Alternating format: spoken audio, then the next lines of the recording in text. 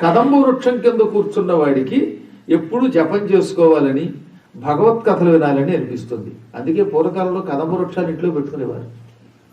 అమ్మవారి భక్తులంతా కదంబ వృక్షాలని తప్పక ఇళ్లలో పాతేవారు.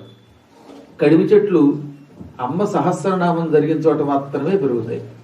కదంబ వృక్షం మా దొడ్లో వేశాం, అది పెరగట్లేదు, చచ్చిపోతోంది అంటే దానికి కారణం ఏమిటి? బయట ఉన్నవాడు దాన్ని ముట్టుకున్నా లేక లలితా సహస్రనామం మీద ఆసక్తి లేకపోయినా కదంబ వృక్షం బతకదట. కదంబ వృక్షం బ్రతకాలంటే చెట్టేసి దగ్గర నుంచి వీలున్నంత వరకు బహిష్టు స్త్రీలు ముట్టుకోకుండా ఉన్నా, మహిళ స్త్రీలు ముట్టుకోకుండా ఉన్నా అది బతుకుతుంది.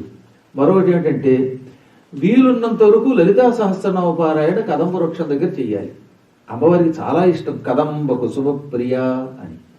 అలాగే కాళిదాసాదులు కదంబ వనవాటికి అని ఆవిడ స్తోత్రం చేశారు.